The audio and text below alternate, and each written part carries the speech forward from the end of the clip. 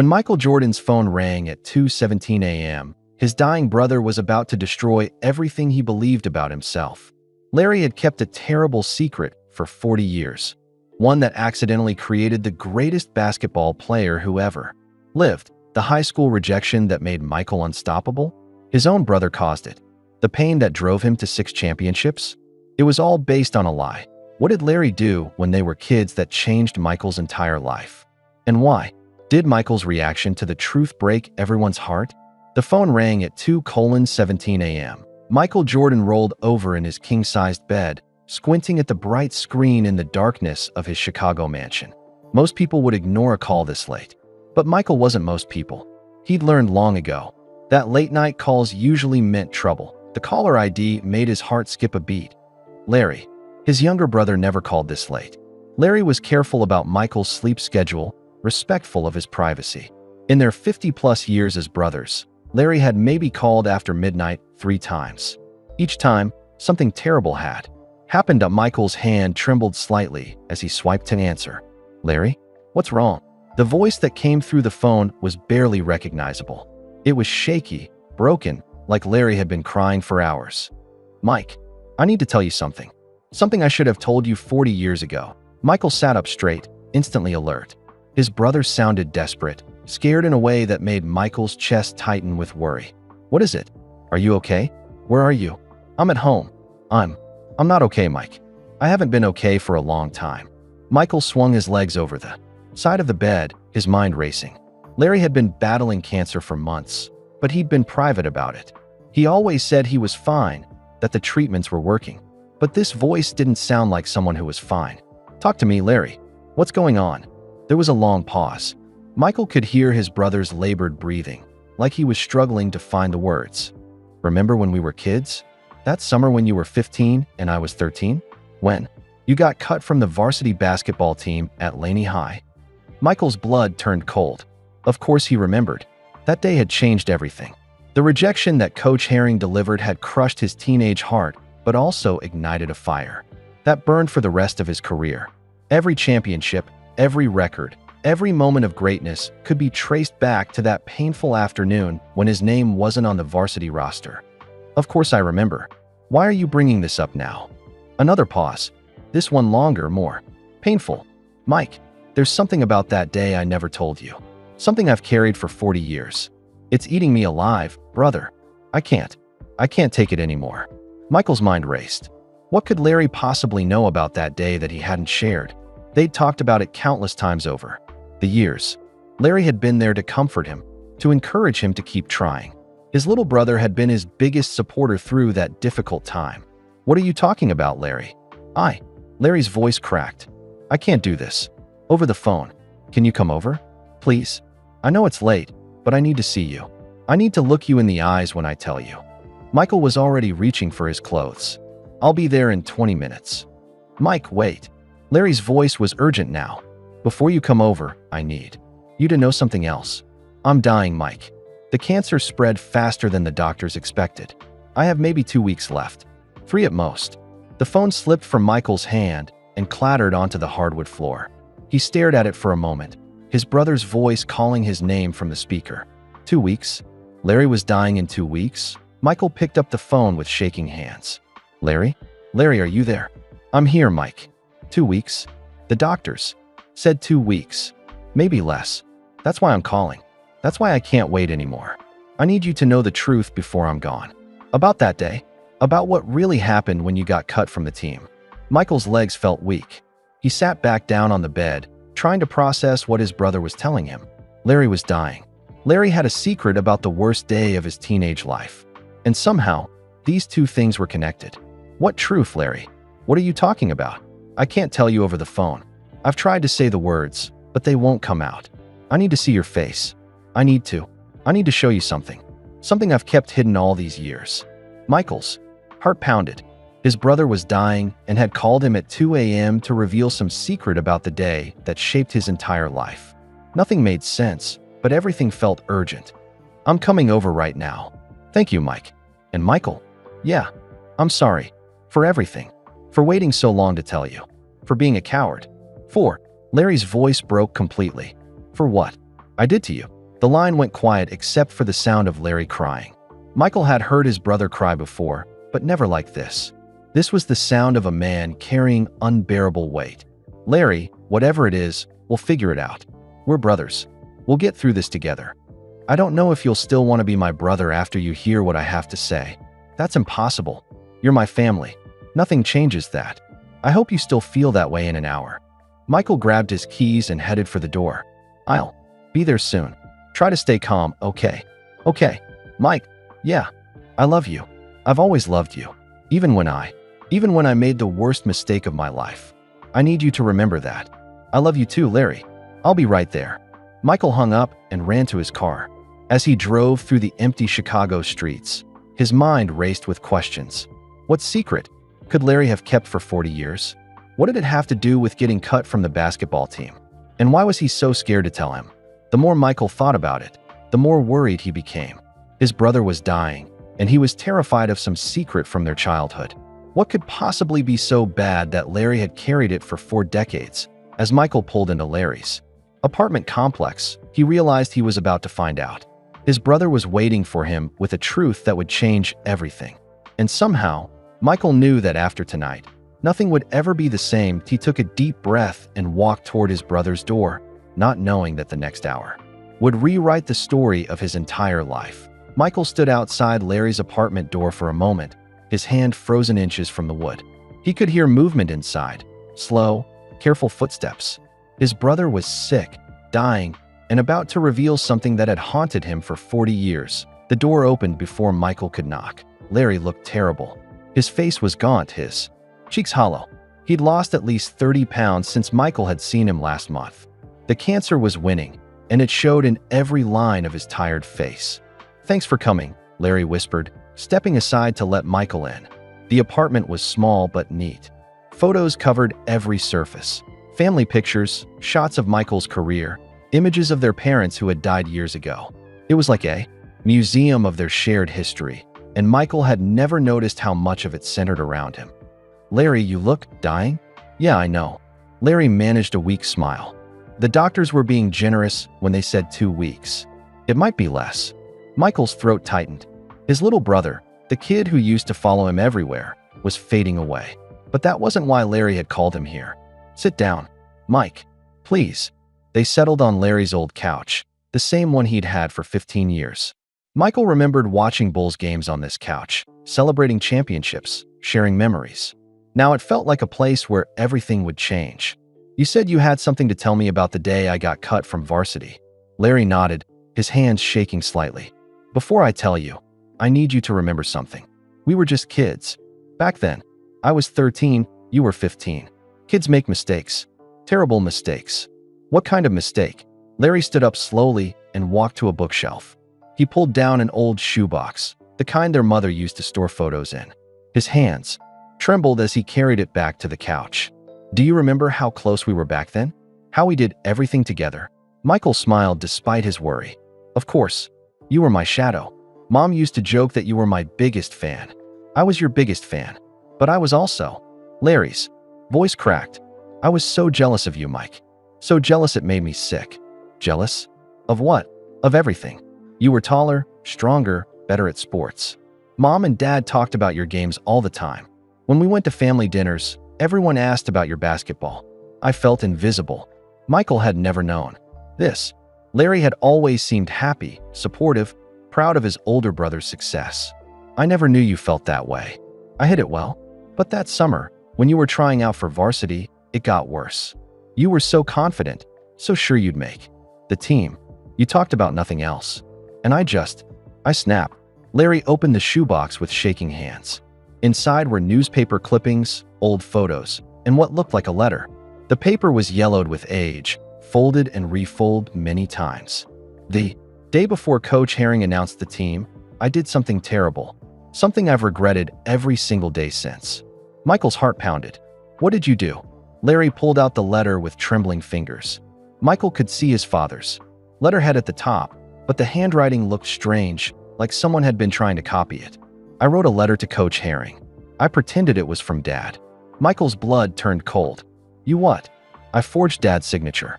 I used his letterhead from the office. I wrote to your coach and asked him to cut you from the team." The room spun around Michael. He stared at his brother, unable to process what he was hearing. You asked him to cut me?" I told him you were becoming too obsessed with basketball, that you were ignoring your studies and becoming arrogant. I asked him to humble you by not making the team." Michael's hands shook as he reached for the letter. The words blurred as he read them, but he could make out the fake request, the lies about his character, the suggestion that rejection would be good for him. "I thought it would just knock you down a peg," Larry continued, tears streaming down his face.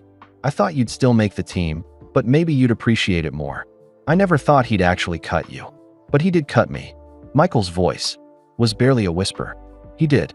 And I watched you come home that day, crying, broken. I watched you lock yourself in your room for hours. I watched you question everything about yourself. And I knew I had done something unforgivable." Michael stood up abruptly, the letter falling to the floor.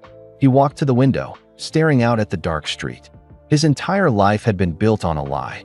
The rejection that fueled his legendary career, the chip on his shoulder that drove him to greatness, the pain that made him stronger. It had all been orchestrated by his own brother. "Do you understand what you did to me?" Michael turned back to Larry, his voice rising. "That day destroyed me. I went home and cried for hours. I felt worthless, like I wasn't good enough. I know. I watched it happen." "You watched it happen? You caused it to happen." Larry collapsed back into his chair, looking smaller than ever. "I was 13 and stupid and jealous. I didn't think about the consequences. I just wanted you to feel small for once, the way I felt every day. So you sabotaged my life. I sabotaged your high school basketball team. I had no idea it would change your entire life." Michael paced the small living room, his mind racing. Every memory from that day came flooding back. The confidence he'd felt going into tryouts. The shock of seeing his name missing from the roster. The shame of facing his teammates who had made the team. All these years, I thought Coach Herring just didn't think I was good enough. I used that rejection to fuel everything I did. Every game, every practice, every championship. I was trying to prove him wrong. I know. I watched you become obsessed with proving everyone wrong. I watched you work harder than anyone else. I watched you become the greatest player who ever lived. Because of a lie. Because of something you did. Yes. Larry's voice was barely audible. I created the drive that made you great. And I've hated myself for it every single day since. Michael stopped pacing and stared at his brother. Larry looked broken, defeated, like a man who had been carrying a mountain on his shoulders for 40 years. "Why now? Why tell me this now?" "Because I'm dying, and I can't take this secret with me. And because..." Larry reached into the shoebox again and pulled out a small notebook. "Because I kept a record of everything. Every time your pain from that day drove you to greatness. I wrote it down." Michael's legs gave out. He sat back down on the couch, his head in his hands. His brother had not only caused his greatest pain, but had documented how that pain shaped his entire life. "Show me," Michael whispered. Larry opened the notebook with shaking hands. The pages were filled with dates and observations, spanning 4 decades. Each entry was a window into how Michael's drive, rooted in that high school rejection, had pushed him to extraordinary heights. "This is how I've lived with what I did," Larry said quietly. "By watching you turn my terrible mistake into something beautiful. By seeing you become everything I always knew you could be." Michael looked up at his dying brother, seeing him clearly for the first time. Larry had spent 40 years carrying this secret, watching from the shadows as his jealous act created a legend. "I don't know if I can forgive you for this," Michael said finally. "I don't expect you to. I just needed you to know the truth. And I needed you to know that watching you become great has been the most beautiful and terrible thing I've ever experienced." The brothers sat in silence, the weight of 4 decades of secrets filling the small apartment. Outside, the sun was beginning to rise, casting long shadows across the room. Michael realized that his life, everything he thought he knew about himself, was about to change forever. Michael picked up the forged letter from where it had fallen on the floor. In the morning light streaming through Larry's window, he could see the careful way his brother had copied their father's handwriting. Every loop, every slant, it was almost perfect. "How long did it take you to write this?" Michael asked, his voice hollow. Larry wiped his eyes with the back of his hand. 3 hours. I practiced Dad's signature on scrap paper for weeks before. I got brave enough to use his real letterhead. Weeks. Michael looked up sharply. This wasn't just a moment of anger. You planned this. I was 13, Mike. I spent weeks being angry, feeling invisible. Every day, you came home talking about basketball, about making varsity, about how great it would be. And every day, I felt smaller. Michael studied the letter again. The words were cruel but clever. Larry had written it to sound like a concerned father who thought his son needed to be humbled. He'd painted Michael as arrogant and obsessed, suggesting that rejection would teach him valuable life lessons. You made me sound like a spoiled brat. I was trying to give Coach Herring a reason that would make sense. If I'd just said, don't pick Michael, he would have ignored it. But if he thought Dad was worried about your character, he'd listen. Michael finished the thought, understanding dawning on his face. You knew exactly what you were doing. Larry nodded miserably. I was smarter than I should have been. I thought about it from every angle. I even mailed it from the post office downtown so it wouldn't have our neighborhood postmark. Michael felt sick. This wasn't just a childish prank gone wrong. This was a calculated plan by a jealous brother who wanted to destroy his dreams. Did anyone else know? Mom? Dad? Dad figured it out eventually. About 5 years later, he found the practice sheets in my old desk when we moved out of the house. He confronted me when you were in college. Michael's head snapped up. Dad knew? And he never told me. He was furious at first, angrier than I'd ever seen him. But then he looked at your college stats, your championships, everything you'd accomplished. And he said something I'll never forget. What? He said, maybe the worst thing Larry ever did was also the best thing that ever happened to you. Michael stood up and walked to the window, staring out at the Chicago skyline. Somewhere out there was the United Center, where he'd won 6 championships. Down the street was his old high school, where this whole mess had started. His entire legendary career was built on a foundation of lies. What did Dad make you promise? That I'd tell you someday. He said the truth always comes out eventually, and it would be better coming from me than from someone else. But you never did tell me. Larry's voice broke. I tried so many times. After your first championship, I wrote you a letter confessing everything. But then I watched you celebrate with the team, saw how happy you were, and I couldn't do it. You were protecting yourself, not me. Maybe. Or maybe I was protecting the version of you that my mistake had created. You were Michael Jordan, the greatest player ever. How could I tell you that you became great because your little brother was jealous? Michael turned back to face Larry. His brother looked so small on the couch, wrapped in a blanket despite the warm morning. The cancer was eating him alive, and so was this secret. There's more, isn't there? I can see it in your face. Larry nodded slowly. Coach Herring didn't just take the letter at face value. He called Dad to confirm it. Michael's stomach dropped. What happened? Dad was traveling for work that week. Remember? He was in Detroit for 3 days, meeting with clients. Coach Herring couldn't reach him. So the coach just cut me based on a letter he couldn't verify. He tried calling for 2 days. When he finally reached Dad on Friday, the team roster had already been posted. Dad told him he never wrote any letter, but by then it was too late. The season was starting Monday. Michael sank back onto the couch. So Dad tried to fix it? He drove straight to the school. He and Coach Herring talked for an hour. But the coach said changing the roster after it was posted would be unfair to the other players. He promised Dad you'd get a fair shot at varsity the next year. A fair shot that never mattered because I was already broken by then. Larry pulled out another paper from the shoebox. It was a handwritten note from their father to Coach Herring, demanding an explanation. Dad wrote this letter the day after he got home. He was furious.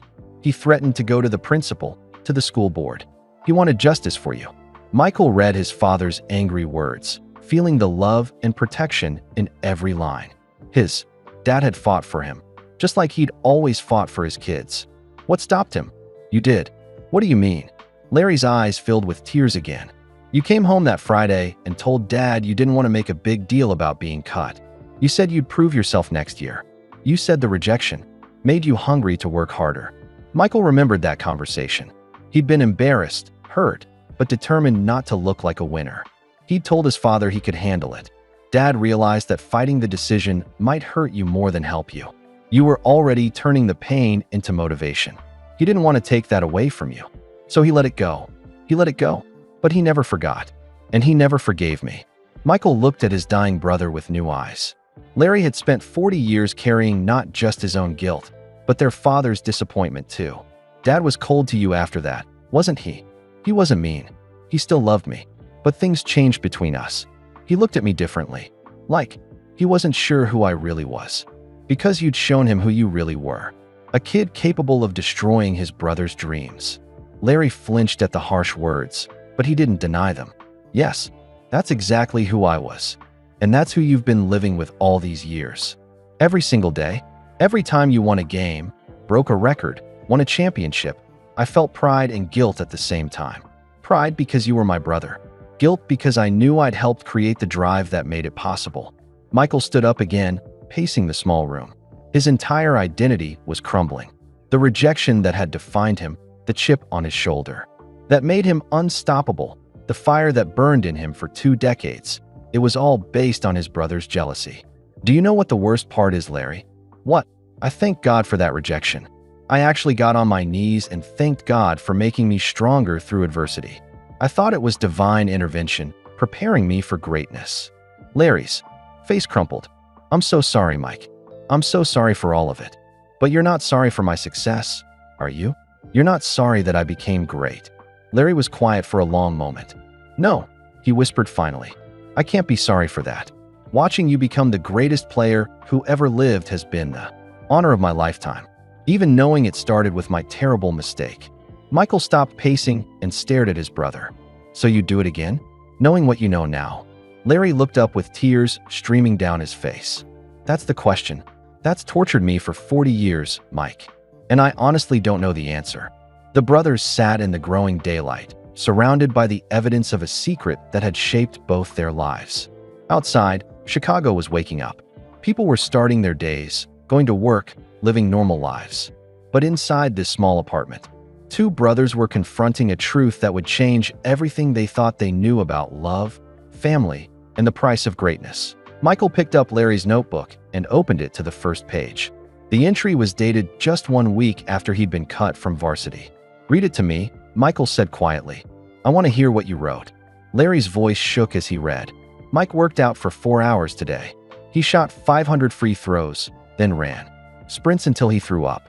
When Mom asked him to come eat dinner, he said he wasn't hungry. He said hunger was for people who were satisfied with losing. I did this to him. I made him this hungry. I don't know if I'm proud or terrified of what I've created. Michael closed his eyes, remembering that day, that feeling, that desperate need to prove everyone wrong. His brother had been watching, documenting, carrying the weight of what he'd done. Keep reading, Michael said. I want to hear it all. Larry's hands trembled as he turned the page. His voice was weak, but he continued reading from the notebook. That had become his confession. October 15th, 1978. Mike made junior varsity, but he's still angry. Coach Smith said he's never seen a sophomore work so hard.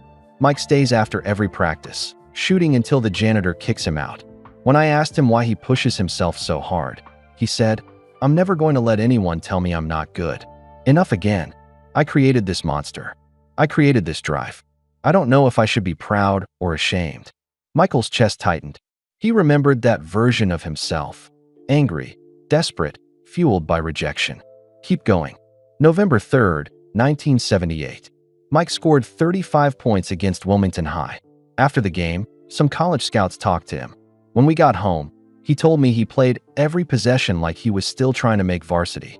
He said he'll never stop, trying to prove Coach Herring wrong. I wanted to tell him the truth right then. But how do you tell your brother that his greatest motivation is built on your lie? Larry paused, coughing violently. The cancer was making it hard for him to breathe, but he forced himself to continue. February 12th, 1979. Mike's junior year. He made varsity this time, of course. First game, he scored 40 points. The local newspaper called him a player with something to prove. If they only knew what he was really trying to prove. If they only knew that his fire comes from a wound. I gave him. Michael stood up and walked to the window again. Outside, Chicago was fully awake now. Cars moved through the streets. People walked to work. Life continued normally. But inside this apartment, Michael was hearing the story of his own transformation through his brother's guilty eyes. I remember that game, Michael said quietly. I felt like I was playing against Coach Herring, not the other team. Every shot was revenge for being cut. I know. I was in the stands, watching you destroy them. And I was so proud and so sick at the same time. Proud because you were incredible. Sick because I knew your anger was my fault. Larry turned several pages, his breathing getting heavier. Here's one from your senior year. March 8th, 1980. Mike's last high school game. They won the state championship. After the game, a reporter asked him about his motivation. Mike said, "I play for everyone who ever doubted me. I play for every coach who said I wasn't good enough." The reporter wrote it up like it was inspiring. But I knew Mike was talking about Coach Herring. I knew he was talking about that day I destroyed his confidence. And I knew that destruction had made him unstoppable. Michael felt his legs getting weak again. He sat back down on the couch, his head in his hands. "You documented my entire high school career. I documented everything. Every game, every interview, every moment when I could see that rejection driving you forward. I had to. It was the only way I could live with what I'd done. By watching me suffer. By watching you turn suffering into greatness. Mike, you have to understand, I wasn't just watching you play basketball. I was watching you become something bigger than basketball. That rejection didn't just make you a better player. It made you stronger, tougher, more determined than anyone else." Larry flipped through more pages, stopping at an entry from college. January 15th, 1982. North Carolina beat Duke by 20. Mike had 28 points and 12 rebounds. After the game, Coach Smith told reporters that Mike plays like he's got something to prove every single night. He said he's never coached a player who hates losing more. I watched the interview from my dorm room and cried. Because I knew why Mike hates losing so much. He hates it because I made him feel like a loser when he was 15 years old. Michael looked up at his brother. "You went to my college games. I went to every game I could afford. I sat in the cheap seats, watching you play with that fire I'd lit. And every game, I wanted to run down to the court and tell you the truth. But then you'd make some impossible shot or some incredible play, and I'd think, how can I take this away from him? How can I tell him that his greatest strength comes from my greatest weakness?" Larry's voice was getting weaker, but he kept reading. June 12th, 1984. NBA Draft Day. Mike went third to Chicago. When they called his name, he looked angry instead of happy. Later, he told reporters that getting drafted third just gave him more motivation. He said he'd make the two teams that passed on him regret it for the rest of their lives. I realized that night that I hadn't just created a basketball player. I'd created someone who would turn every slight, every rejection, every doubt into fuel for greatness. Michael remembered that night. He'd been furious about not going first or second. That anger had driven him through his entire rookie season. I used that draft position as motivation for years. I know, and I knew that your ability to turn pain into power came from that day in high school.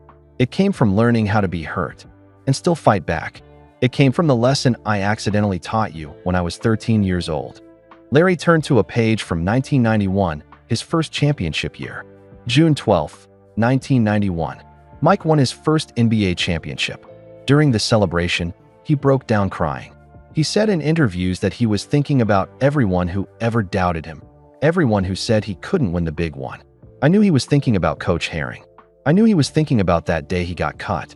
And I knew that I was watching my terrible mistake become his greatest triumph. Michael's eyes filled with tears. He remembered that moment, holding the championship trophy, feeling like he'd finally proven himself. The little boy who got cut from varsity had become the best player in the world. That championship wasn't just about basketball, was it? Larry asked. It was about proving that 15-year-old kid wrong, proving that you were good enough. Every championship was about that. Every game, every shot, every moment, I was still trying to prove I belonged on that varsity team. Larry nodded sadly. And I was the one who made you feel like you had to prove it. Michael stood up and started pacing again. The weight of 40 years of misdirected motivation was crushing him. Everything he'd accomplished, every record he'd broken, every moment of greatness, it was all built on his brother's lie. Do you know what this means, Larry? Do you understand what you're telling me? Tell me. My entire career, my whole identity, everything I became, it was based on fake rejection. I spent 20 years trying to prove wrong a coach who never really doubted me. I carried a chip on my shoulder that was put there by my own brother. Larry closed the notebook and set it aside. Yes, that's exactly what I'm telling you. My competitiveness, my drive, my need to win at everything. That all came from the pain you caused me. Yes, the way I treated teammates, the way I pushed everyone around me to be perfect, the way I couldn't enjoy victories because I was always thinking about the next challenge. That came from you too. Larry's voice was barely a whisper. Yes, I created the monster that made you great. And I've watched that monster eat you alive for 40 years. Michael stopped pacing and stared at his dying brother. You didn't just forge a letter, Larry. You rewrote my entire personality. You turned me into someone I never meant to be. I know. And the worst part? I thank you for it. I spent my whole career being grateful for that rejection. I thought it made me stronger. It did make you stronger. But it was based on a lie. Everything I am, everything I've accomplished, it's all fake. Larry struggled to stand up from the couch. When he spoke, his voice had a strength it hadn't had all morning. No, Mike, that's where you're wrong. Your accomplishments aren't fake. Your greatness isn't fake. The pain I caused you was real, and the way you transformed that pain into purpose was real. I may have lit the fire, but you're the one who kept it burning for 20 years. You don't understand, Dash. I understand perfectly. Larry's voice cracked with emotion. I've had 40 years to think about this. I created your motivation, but I didn't create your talent. I gave you anger, but you turned it into excellence. I hurt you, but you chose to let that hurt make you better instead of bitter. Michael stared at his brother, seeing something in Larry's eyes he hadn't seen before. Not just guilt, but genuine admiration. You think I should thank you for this? I think you should understand that what I did to you was terrible and wrong. But what you did with it was beautiful and right. You took the worst thing that ever happened to you and made it the foundation of the greatest career in basketball history. The brothers looked at each other across the small living room, 40 years of secrets hanging between them. The sun was high now, flooding the apartment with light. And for the first time since the phone rang at 2:17 a.m., Michael began to see his brother not as the villain of his story, but as someone who had been carrying an impossible burden for 4 decades. There's more, isn't there? Michael asked quietly. More you haven't told me. Larry nodded, his face pale from the effort of their conversation. So much more. About Dad, about Mom, about Coach Herring. About the real reason I'm telling you this now. Michael sat back down, preparing himself for whatever came next. Tell me everything, Larry. I'm ready to hear it all. Larry walked slowly to his bedroom, his movements careful and deliberate. Michael could hear him opening drawers, moving things around. When he returned, he carried a small wooden box that Michael recognized immediately. Is that Dad's old jewelry box? The one he kept his wedding ring in when he worked construction. Mom gave it to me after the funeral. Larry sat down heavily, the box cradled in his lap. There are things in here I was supposed to give you years ago. Michael's heart raced. More secrets, more revelations. He wasn't sure how much more he could handle. Dad left instructions about what to do with these things. He said I could only give them to you after I told you the truth about the letter. Larry opened the box with shaking hands. Inside were several items wrapped in tissue paper, a smaller notebook, some photographs, and what looked like another letter. This notebook isn't mine. It's Dad's. He started writing in it the day he found out what I'd done. He kept writing in it until he died. Michael's throat tightened. Dad kept a record too? He was trying to understand what happened to our family. How one lie could change everything so completely. Larry unwrapped the small notebook and handed it to Michael. The cover was worn leather, soft from years of handling. Michael opened it to the first page and saw his father's familiar handwriting. Read it out loud, Larry said quietly. I need to hear it again. Michael's voice shook as he read. Today I learned that my youngest son destroyed my oldest son's confidence to satisfy his own jealousy. I learned that the rejection that shaped Michael's entire life was orchestrated by his own brother. I don't know which son I'm more disappointed in, Larry for what he did, or Michael for never telling us how much pain he was in. Michael stopped reading and looked up. Dad blamed himself. Keep reading. It gets worse. Larry thinks he created Michael's greatness, but he's wrong. What Larry created was Michael's pain. Michael created his own greatness by refusing to let that pain destroy him. But I failed both my sons that day. I failed Larry by not seeing how invisible he felt. And I failed Michael by not fighting harder to fix the injustice. Michael's hands were shaking now. Dad thought he failed us. He carried guilt too, Mike. We all did. That one letter infected our whole family. Michael turned the page and continued reading. I talked to Coach Herring today. He told me something that makes this whole situation even more tragic. He said he never wanted to cut Michael in the first place. He said Michael was clearly one of the 3 best players in tryouts. But the letter worried him. He thought maybe I knew something about Michael's character that he didn't. He said if he hadn't received that letter, Michael would have made varsity easily. Michael set the notebook down, his face pale. I would have made the team. Without question. Coach Herring told Dad you were the most talented 15-year-old he'd ever seen. The letter was the only reason you got cut. So I was good enough all along. You were better than good enough. You were exceptional. That's what makes this so horrible, Mike. You didn't need rejection to become great. You were already great. Michael stood up and walked to the window again, his mind reeling. Not only had his brother's lie shaped his entire career, but it had been unnecessary. He would have succeeded anyway.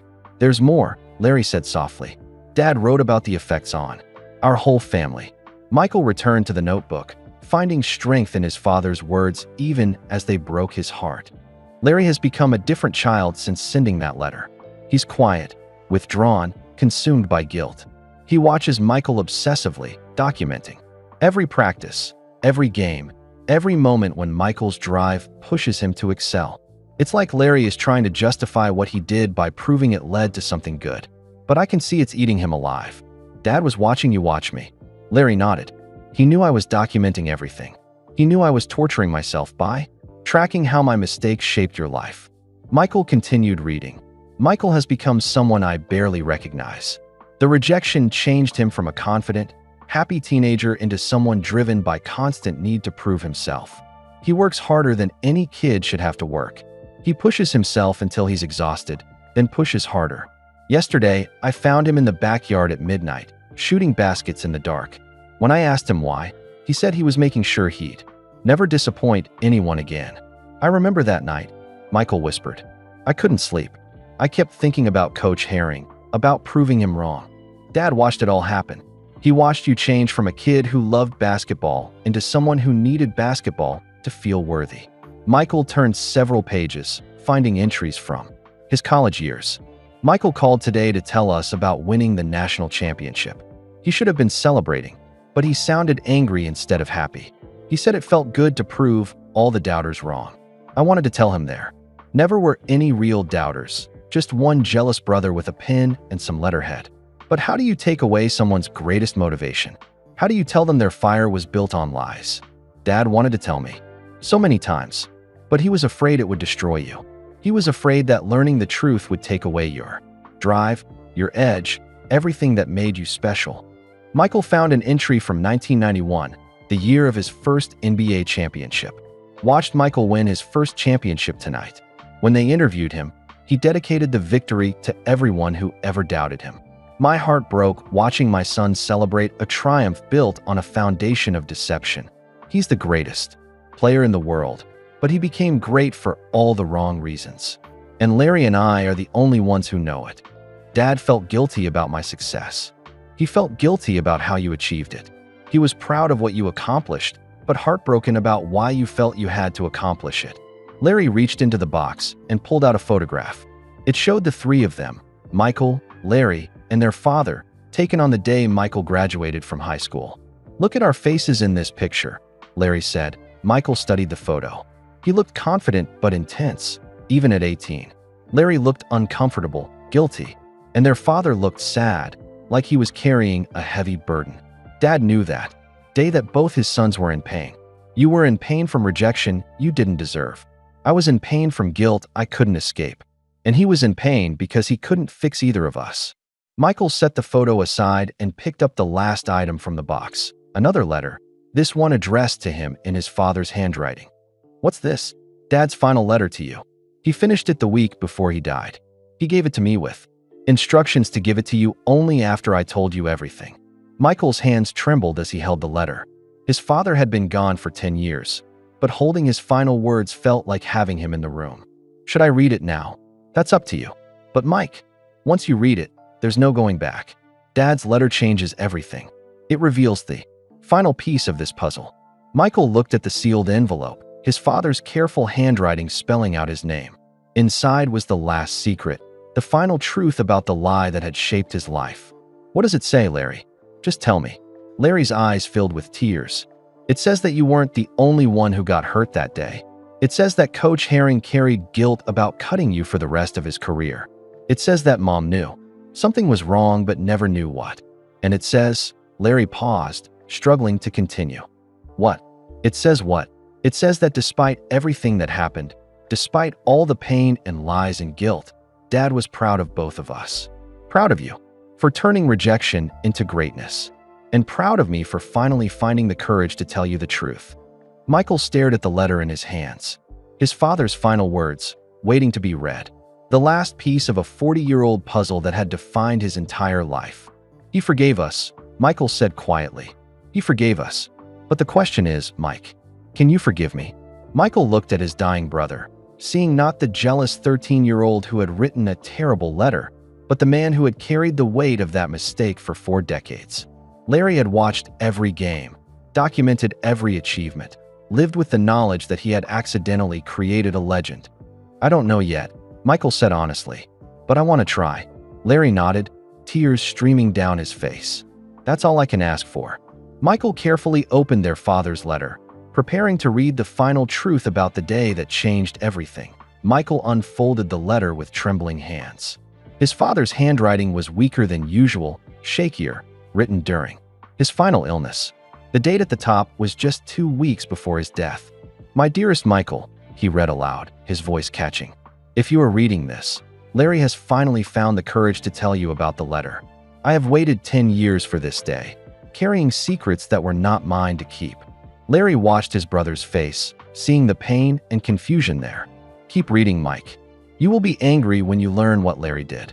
You will feel betrayed, confused, maybe even lost. You will question everything about who you became and why. But I need you to know something that Larry doesn't know, something I discovered only recently. Michael paused, looking up at Larry. Something you don't know? I have no idea what he's talking about. Dad never told me there was more to the story. Michael continued reading. Last month, I finally tracked down Coach Herring. He's retired now, living in Florida. I called him because I needed to understand exactly what happened that day you got cut. What he told me changes everything. Michael's heart pounded. More secrets. More lies. How deep did this go? Coach Herring said something I never knew.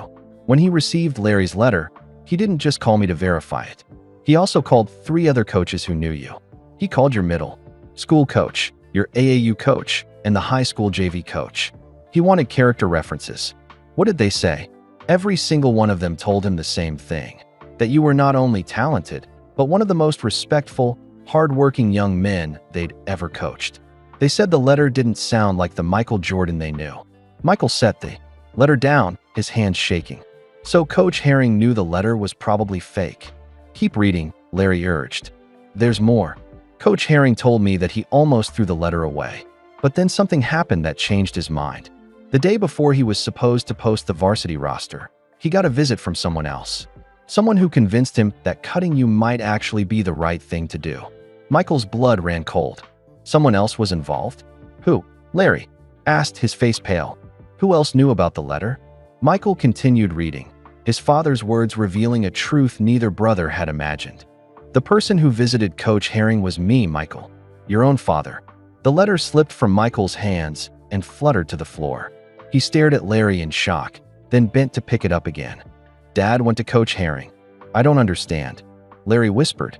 Why would Dad do that? Michael's voice shook as he continued. I had seen the letter when Coach Herring called to verify it. When I told him I hadn't written it, he showed it to me during our meeting. I recognized Larry's handwriting.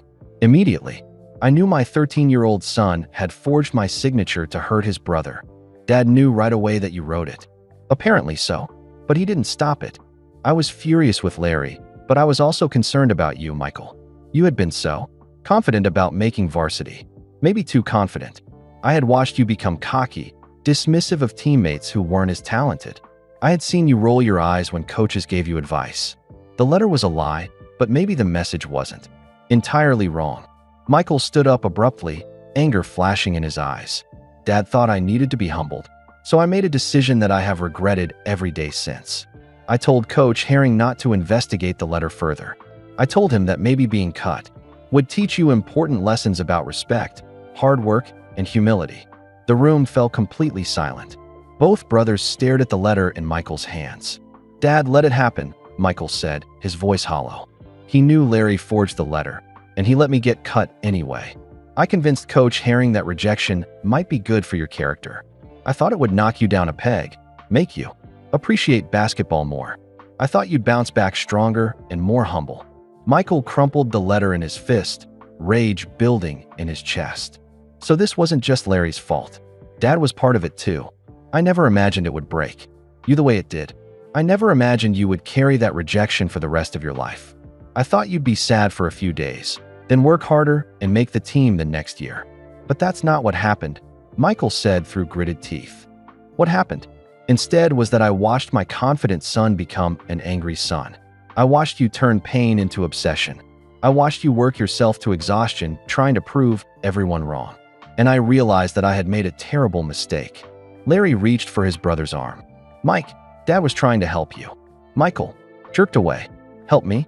He destroyed me. You wrote the letter, but he could have stopped it. He chose not to. I spent the next 20 years watching you achieve incredible things, but I knew they came from a place of pain that I had allowed to happen. Every championship, every record, every moment of greatness. I was proud of you, but I was also reminded of my failure as a father." Michael began pacing the small apartment, his emotions exploding. "So let me get this straight. Larry forged a letter to get me cut because he was jealous. Dad found out about it immediately, but decided to let it happen because he thought I was too cocky. And both of you watched me suffer for 40 years without telling me the truth." "Mike, please," Larry started. "No, don't, Mike, please me. You both betrayed me. You both lied to me. My entire identity is based on a rejection that you orchestrated and Dad approved of." Michael grabbed the notebook from the couch and threw it across the room. Pages scattered everywhere, 40 years of documentation flying through the air. "You want to know what this means? It means everything I became was a lie. Every time I pushed myself harder, every time I refused to accept defeat, every time I drove my teammates crazy with my perfectionism, all of it came from a wound that my own family inflicted on me." Larry struggled to stand up from the couch. "That's not true, Mike. Your greatness isn't a lie." "Yes, it is. My motivation was fake. My drive was fake. The chip on my shoulder was put there by people who were supposed to love me. We did love you. You had a funny way of showing it." Michael's voice cracked with emotion. "Do you know what I went through that day? Do you know how it felt to see my name missing from that roster? I know. I watched you come home crying. You watched me question everything about myself. I thought I wasn't good enough. I thought I was worthless. I thought everyone was right to doubt me. And you knew it was all based on lies." Michael collapsed onto the couch, his head in his hands. "I can't believe this. I cannot believe this." Larry sat down beside him, his voice barely a whisper. "I wanted to tell you so many times, but you didn't. Neither of you did. You let me carry that pain for 40 years. Because you turned it into something beautiful. Look what you became, Mike. Look what you accomplished." Michael looked up, his eyes blazing with anger. "I became someone I didn't want to be. I became obsessed with winning because I was terrified of losing. I pushed away friends, family, teammates. I couldn't enjoy victories because I was always thinking about the next challenge. But you inspired millions of people.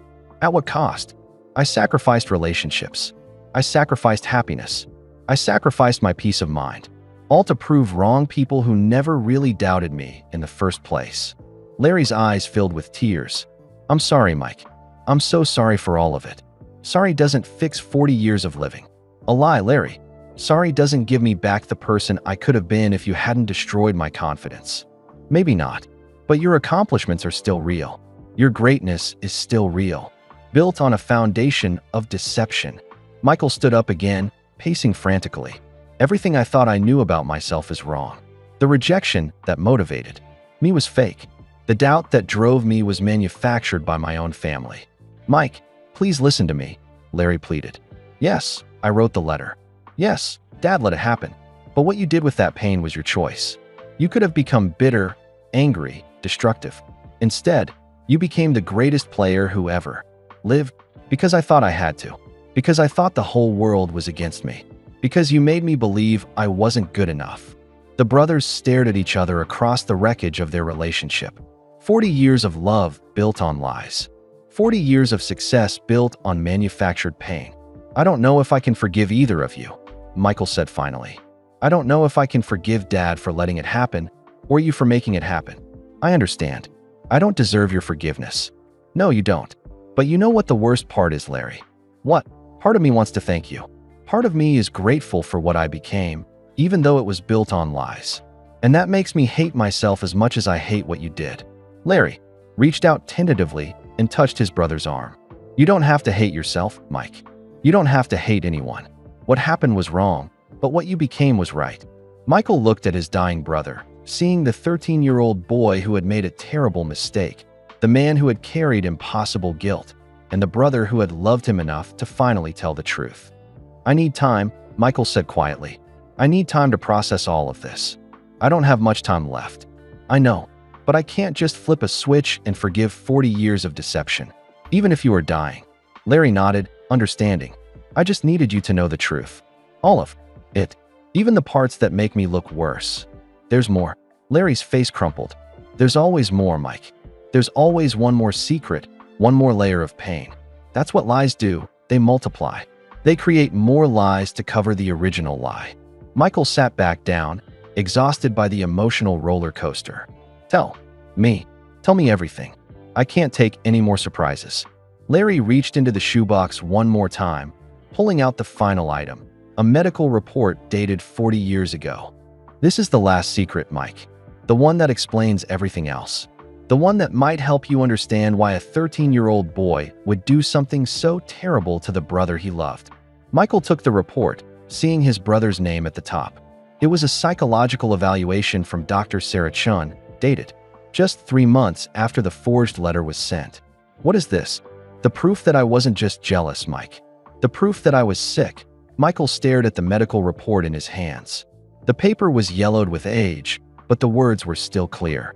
At the top, in official letterhead, "Psychological evaluation. Larry Jordan, age 13. You went to see a therapist?" Larry nodded weakly. 3 months after I sent the letter, I started having panic attacks. I couldn't sleep, couldn't eat. Mom thought I had the flu, but it kept getting worse." Michael's anger was slowly being replaced by confusion. "What kind of panic attacks?" "I would wake up screaming in the middle of the night. I'd throw up before school. I couldn't concentrate on anything.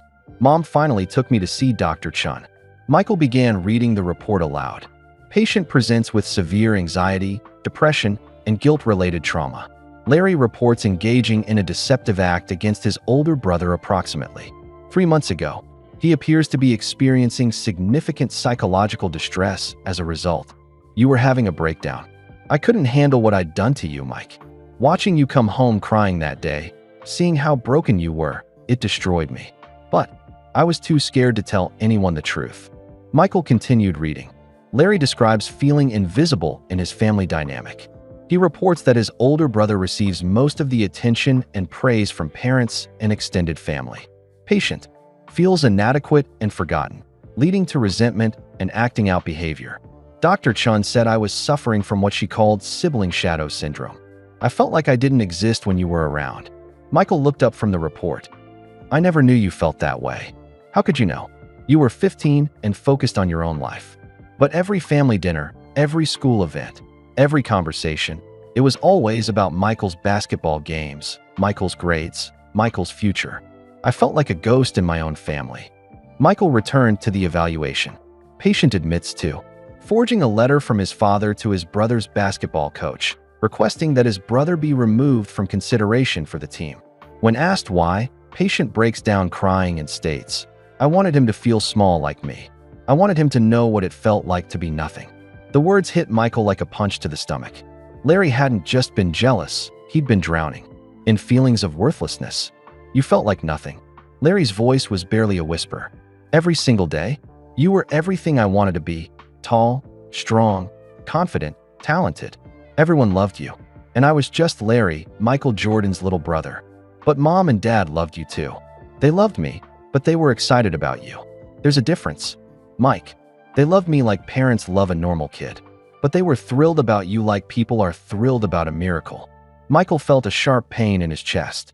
He'd never realized how his success had affected his brother's sense of self-worth. Dr. Chen wrote something else here. Michael said, his voice shaking. Patient reports that since sending the letter, he has been unable to enjoy any activities. He spends most of his time watching his brother practice basketball, apparently trying to monitor the damage he believes he has caused. I became obsessed with watching you after that day. I had to see what my letter had done to you. I had to document how it changed you. That's why you came to all my games. Not to support me, but to watch what you'd created. Both. I was supporting you and torturing myself at the same time. Every great play you made, every point you scored, every win, I felt proud and guilty simultaneously. Michael continued reading Dr. Chen's notes. Patient demonstrates classic signs of depression and anxiety in children. He has developed obsessive behaviors around monitoring his brother's activities. Recommendation: intensive therapy to address guilt, self-worth issues, and family dynamics. Did you get the therapy? For 2 years. Dr. Chen helped me understand that what I'd done came from my own pain, not from actual hatred of you. She taught me coping strategies for the guilt. Did it help? Larry was quiet for a long moment. It helped me function. It helped me stop having panic attacks. But it never took away the guilt completely. How could it? I'd changed my brother's entire life trajectory. Michael set the report down and looked at Larry with new eyes. His brother wasn't just a jealous kid who'd made a terrible mistake. He'd been a child suffering from mental health issues, acting out in the worst possible way. Why didn't Mom and Dad tell me you were seeing a therapist? Because they didn't want to worry you. And because Dr. Chen advised them not to. She said telling you about my therapy might make you feel responsible for my problems. So they protected you by keeping me in the dark. They protected both of us. They knew if you found out I was falling apart because of what I'd done, you'd feel guilty. And they knew if I had to face your anger on top of my own guilt, it might destroy me completely. Michael stood up and walked to the window again. The Chicago skyline stretched out before him, but he barely saw it. His mind was reeling with this new understanding of his family's dynamics. Dr. Chun has one more note here, Michael said, picking up the report again. Patient's prognosis is guarded. While he responds well to therapy, the guilt he carries about his actions toward his brother may require ongoing treatment. His obsession with documenting his brother's success suggests he may never fully forgive himself. She was right about that part. Larry, you were just a kid. A sick kid who needed help. I was a sick kid who hurt the person I loved most in the world. Mental illness doesn't excuse what I did, Mike. It just explains it. Michael turned back to face his brother. But it changes how I think about it. You weren't acting out of pure malice. You were acting out of pain. Does that make it better or worse? Michael considered the question. I don't know. Maybe both. Larry reached into the shoebox one more time and pulled out a photo. It showed the two of them as children, maybe 8 and 10 years old. They were laughing, their arms around each other's shoulders. This is how I remember us before everything went wrong, Larry said. This is the brother relationship I destroyed. Michael took the photo and studied it. He remembered that day. They'd been playing in the backyard, pretending to be professional basketball players. Larry had been his teammate then, not his shadow. Do you know what Dr. Chin told me during one of our sessions? Larry asked. What? She said that people hurt the ones they love most because they're the only ones safe enough to hurt. She said I targeted you not because I hated you, but because deep down I knew you'd never stop loving me, no matter what I did. She said that. She said siblings often act out their worst impulses on each other because family love is unconditional. She said I subconsciously knew that hurting you wouldn't make you disappear from my life the way hurting a friend might. Michael felt tears forming in his eyes. So you hurt me because you trusted my love. I hurt you because I was broken, and you were the safest person to break against. It doesn't make it right, but it makes it understandable, maybe? Michael sat back down beside his brother. For the first time since the phone rang at 2 a.m., he felt something other than anger toward Larry. How did Mom and Dad handle your therapy? Dad blamed himself. He thought he'd failed as a father by not seeing how much pain I was in. Mom blamed herself for not noticing the signs earlier. Dr. Chun had to work with all of us. So the whole family was in therapy. For about 6 months. Dr. Chun said what I'd done was a symptom of larger family problems that needed to be addressed. What kind of problems? Larry pulled out another paper from the shoebox. Dr. Chin's family assessment. She said our family had what she called differential attention patterns. You got attention for achievement, I got attention for problems. She said it created an unhealthy dynamic where I felt I had to either succeed like you or fail dramatically to get noticed. And you chose dramatic failure. I chose to bring you down to my level instead of trying to rise to yours. Michael read through Dr. Chin's family recommendations. The report suggested more balanced attention from parents, individual therapy for both boys, and regular family sessions to address communication issues. Did we do family therapy? For a while. But then you started having success in high school basketball, and the attention shifted back to you. Dr. Chen said it was a natural family response to celebrate your achievements, but it reinforced the original problem. So nothing really changed. Not in the way it needed to. I learned to cope with my feelings better, but the basic family dynamic stayed the same. You remained the star. I remained the supporting character. Michael looked at his brother with growing understanding. Larry hadn't just made one terrible mistake as a 13-year-old. He'd spent his entire life living in a family system that made him feel invisible. I'm sorry, Larry. Larry looked up, surprised. You're sorry? For what? For never seeing how much pain you were in. For being so focused on my own success that I didn't notice my brother was struggling. You were just a kid too, Mike. It wasn't your job to fix me. Maybe not. But it was my job to love you. And I don't think I did a very good job of that. You loved me the best way you knew how. Did I? Or was I so focused on proving everyone wrong that I forgot to pay attention to the people who were right there with me? Larry reached out and touched his brother's hand. You're being too hard on yourself. Am I? Because looking back now, I can see how our family worked. I got attention for being great at basketball. You got attention for having problems. And neither of us got attention for just being us. Dr. Chun said the same thing. Maybe she was right. Maybe we were all broken in different ways. The brothers sat in silence, processing 40 years of misunderstood family dynamics. Outside, Chicago continued its daily rhythm, but inside Larry's apartment, two brothers were finally beginning to understand each other. There's one more thing, Larry said quietly. Something Dr. Chin told me in our last session that I've never told anyone. What? She said that someday, when we were both adults, I should tell you the truth about what I'd done. She said it was the only way either of us could be truly free. When did she say that? When I was 15. She said I'd know when the time was right. Michael looked at his dying brother. And now is the right time. Now is the only time I have left. The apartment fell quiet except for the sound of Larry's labored breathing.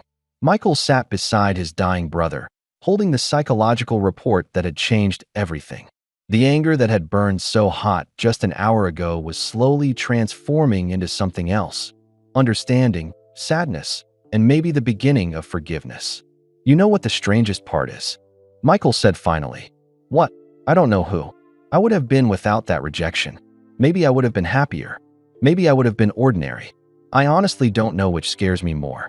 Larry managed a weak smile. You would never have been ordinary, Mike. Ordinary people don't become Michael Jordan. But would I have become the Michael Jordan everyone knows? The one who couldn't stand losing, who pushed everyone around him to be perfect, who treated basketball like life and death. Maybe not. Maybe you would have been a different kind of great. Michael stood up and walked to Larry's bookshelf, looking at the photos displayed there. Pictures of them as kids, family vacations, graduation photos. A whole lifetime of memories built around the secret Larry had been carrying. I keep thinking about that 13-year-old kid, Michael said. The one who felt so invisible that he was willing to destroy his brother's dreams just to feel important. He was pretty messed up. He was in pain. There's a difference. Michael turned back to Larry. I wish I had known. I wish I had seen what you were going through. You were 15, Mike. You had your own problems to worry about. But you were my little brother. I should have protected you instead of making you feel small. Larry shook his head. You never made me feel small. I made myself feel small by comparing myself to you. That wasn't your fault, wasn't it? I got so caught up in being the star that I forgot you existed sometimes. Remember when we used to play one-on-one in the backyard? Of course. I never let you win. Not once. Even when you were 10 years old and I was 12, I crushed you every single game. I thought I was teaching you to be competitive, but really I was teaching you that you'd never be good enough. Larry's eyes filled with tears. I loved those games, even when I lost. But they hurt you too, didn't they? Every loss was proof that you couldn't measure up to your big brother. Maybe, but they also made me feel like I mattered enough for you to play with me. Michael sat back down, the weight of 40 years of misunderstanding settling on his shoulders. We were both just kids trying to figure out where we fit in the family. And we both got it wrong. Did we? Or did the family get it wrong? Dr. Chen's report makes it sound like there were problems bigger than either of us. Larry nodded slowly. Mom and Dad did their best, but they didn't know how to handle having one exceptional kid and one normal kid. They celebrated your success without realizing it made me feel like a failure, and I fed into it. I loved being the special one. I loved being the center of attention. You were 15, Mike. Of course you loved it. What 15-year-old wouldn't want to be celebrated and praised? Michael picked up the old photo of them laughing together as children. I miss this version of us, when we were just brothers, not a star and his shadow. We can't go back to that. No, but maybe we can find a new way to be brothers. One that doesn't involve secrets and lies and 40 years of guilt. Larry looked at Michael with surprise. Are you saying you forgive me? I'm saying I'm starting to understand you. The forgiveness might take longer. I don't deserve forgiveness. Maybe not. But I'm tired of carrying anger, Larry. I'm tired of being driven by pain. Whether that pain came from Coach Herring's rejection or your letter or Dad's decision to let it happen, I'm tired of letting it control me. Larry reached for Michael's hand. What are you going to do with all of this? How do you move forward knowing everything you know now? Michael was quiet for a long moment, thinking about the question that would define the rest of his life. I don't know yet. Part of me wants to be angry forever. Part of me wants to thank you for making me great. Part of me wants to grieve for the person I might have been if none of this had happened. All of those feelings can be true at the same time, can they? Because right now I feel like I'm being torn apart by contradictions. I'm grateful for my success, but angry about how I achieved it. I'm proud of what I became, but sad about what I lost along the way. Larry squeezed his brother's hand weakly. Dr. Chun used to say that complicated situations create complicated feelings. She said the goal isn't to resolve all the contradictions, but to find peace with them. How do I find peace with this? Maybe by understanding that love isn't perfect, that families aren't perfect, that sometimes the people who hurt us most are the ones who love us most, just in broken ways. Michael looked at his dying brother and saw not the villain who had destroyed his confidence, but the little boy who had been drowning in feelings of inadequacy. You loved me, didn't you? Even when you wrote that letter. Especially when I wrote that letter. I was so desperate to matter to you, to affect your life in some way, that I was willing to hurt you to do it. That's twisted, Larry. Love often is, especially when you're 13 and mentally ill and don't know how to express what you're feeling. Michael stood up and walked to the window one more time. The sun was high now, casting sharp shadows across Chicago. Somewhere out there, people were living normal lives, unburdened by the kind of secrets that had defined his family. I keep thinking about something Dr. Chun wrote in that report. Michael said, "What?" She said you might never forgive yourself. But she was wrong about one thing. What was she wrong about? Michael turned back to face his brother. She thought the guilt would destroy you, but it didn't. It made you into someone who documented every moment of my success, who celebrated my achievements even though they were built on your mistake. It made you into the most dedicated fan I ever had. Larry's face crumpled with emotion. I never thought of it that way. You spent 40 years making sure my greatness was recorded, remembered, celebrated. You turned your guilt into a form of love. I just wanted to make sure that if my terrible mistake led to something beautiful, at least someone would remember that beauty. And you did. Every notebook entry, every game you attended, every moment you spent watching me play you, were loving me the only way you knew how. Even after what I did to you. Especially after what you did to me. You could have walked away, pretended it never happened, moved on with your life. Instead, you spent 4 decades bearing witness to what your pain had created. Larry began to cry. I don't know if that makes me a good brother or a terrible one. Maybe it makes you human. Maybe it makes you someone who loved imperfectly but completely. Michael sat back down and put his arm around his brother's shoulders. For the first time since the phone rang at 2 a.m., they were just two brothers trying to find their way back to each other. I have something to tell you too, Michael said quietly. What? Every championship, every record, every moment of triumph. I thought about you. Not just about proving Coach Herring wrong, but about making you proud. You were the first person I wanted to call after winning my first NBA championship. Really, really. Because even though I was angry about the rejection, I knew you understood the journey I'd taken to get there. You were the only one who knew how much that day had changed me. I was so proud of you, Mike. Even carrying the guilt, even knowing what I'd done, I was so proud to be your brother. And I was grateful to have you there. At every game, every celebration, every moment that mattered, you were there. Not as the kid who wrote the letter, but as my brother who believed in me. Larry leaned against Michael's shoulder, his strength fading. Do you think we can be okay? Before I die, do you think we can find peace with this? Michael held his brother close, feeling the weight of 4 decades of secrets finally lifting from both their shoulders. I think we already are okay. I think love doesn't require perfection, Larry. It just requires truth. And now we finally have that. All of it. All of it. The jealousy, the mental illness, Dad's role, the family dysfunction, the guilt, the love. All of it. I'm sorry it took me so long to find the courage. I'm sorry it took me so long to understand that courage isn't about being strong enough to carry secrets. It's about being strong enough to share them. The brothers sat together in the growing warmth of the Chicago morning, surrounded by the evidence of a secret that had shaped both their lives. The notebooks, the letters, the medical reports.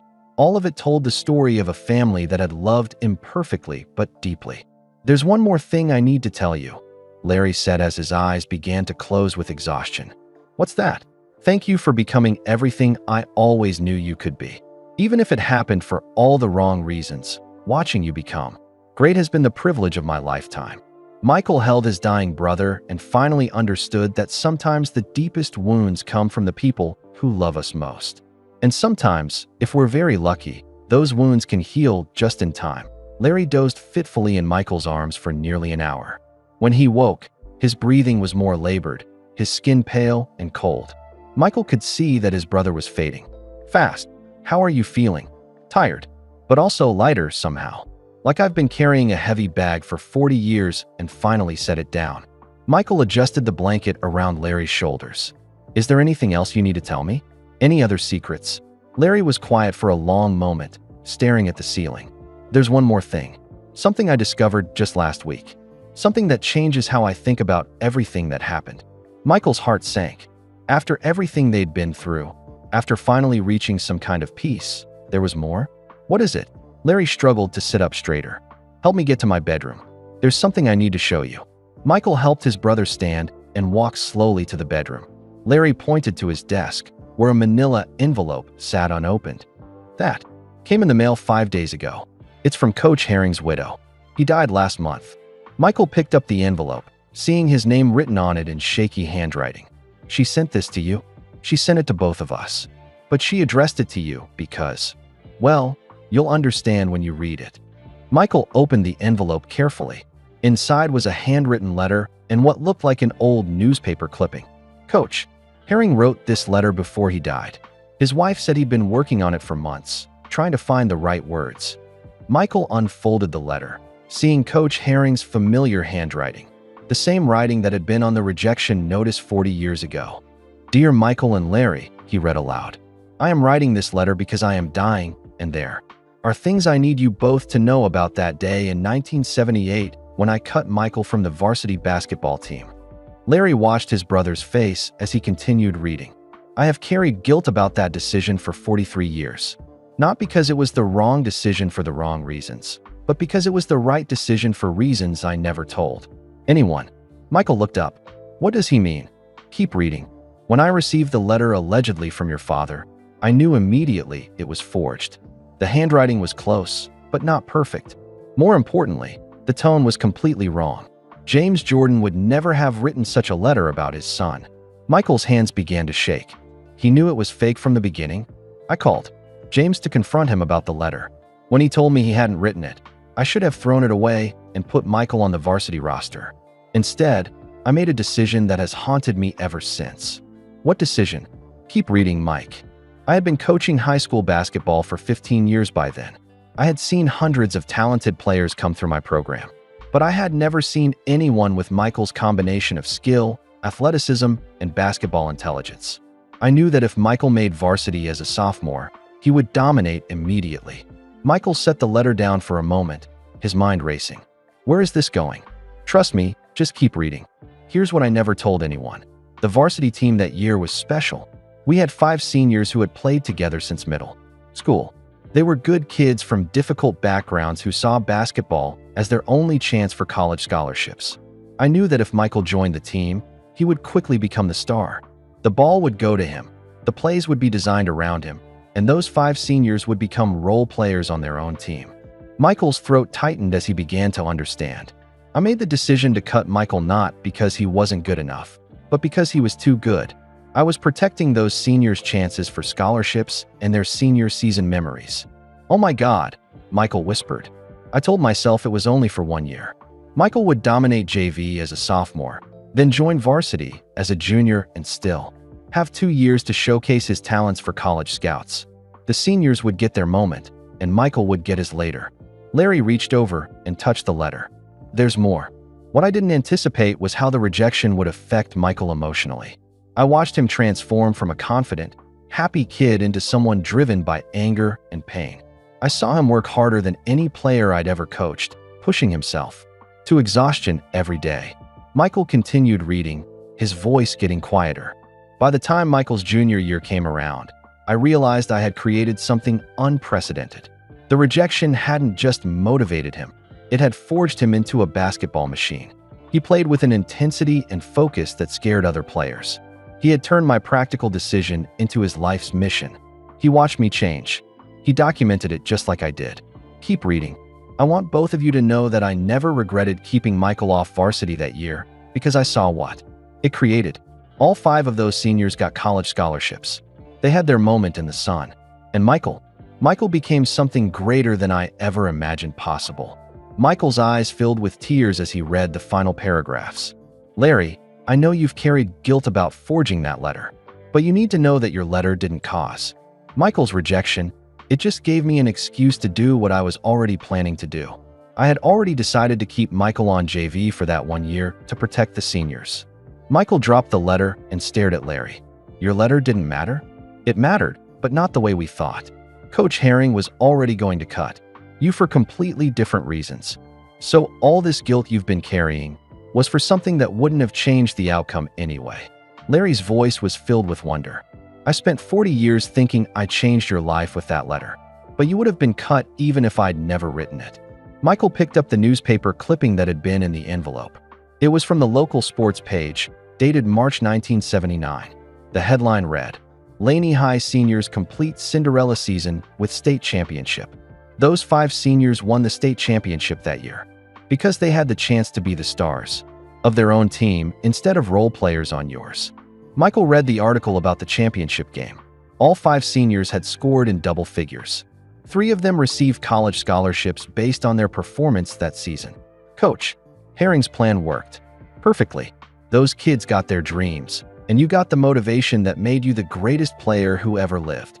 Michael sat down heavily on Larry's bed, trying to process this final revelation. So my rejection was inevitable. Whether you wrote that letter or not, I was never going to make varsity that year. That's right. And Coach Herring knew exactly what he was doing. It wasn't about my character or my attitude. It was about protecting other kids' futures. He sacrificed your sophomore season to save 5 seniors' dreams. And in the process, he accidentally created your legendary drive. Michael looked at his brother with amazement. Do you understand what this means, Larry? Tell me. It means you didn't destroy my life. You didn't change my destiny. You didn't create my pain through some evil act of jealousy. I still wrote the letter. Yes, but the letter was meaningless. You were a sick 13-year-old kid who made a mistake that ultimately didn't matter. The real story was about a coach making an impossible choice between present fairness and long-term consequences. Larry began to cry again, but this time they were tears of relief. I didn't ruin your life. You didn't ruin anything.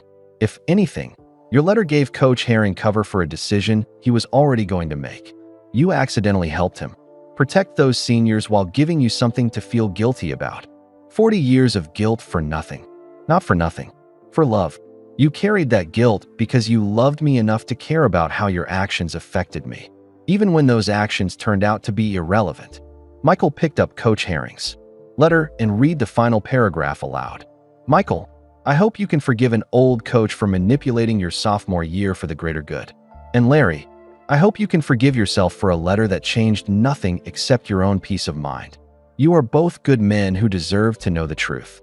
The brothers sat in silence, absorbing the fact that their 40-year family secret had been built on a misunderstanding. Larry's guilt, Michael's anger, their father's complicity, all of it had been unnecessary. I don't know whether to laugh or cry, Michael said finally. Maybe both.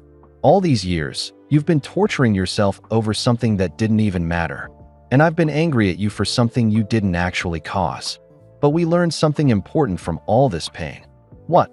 Larry smiled weakly. We learned how much we love each other.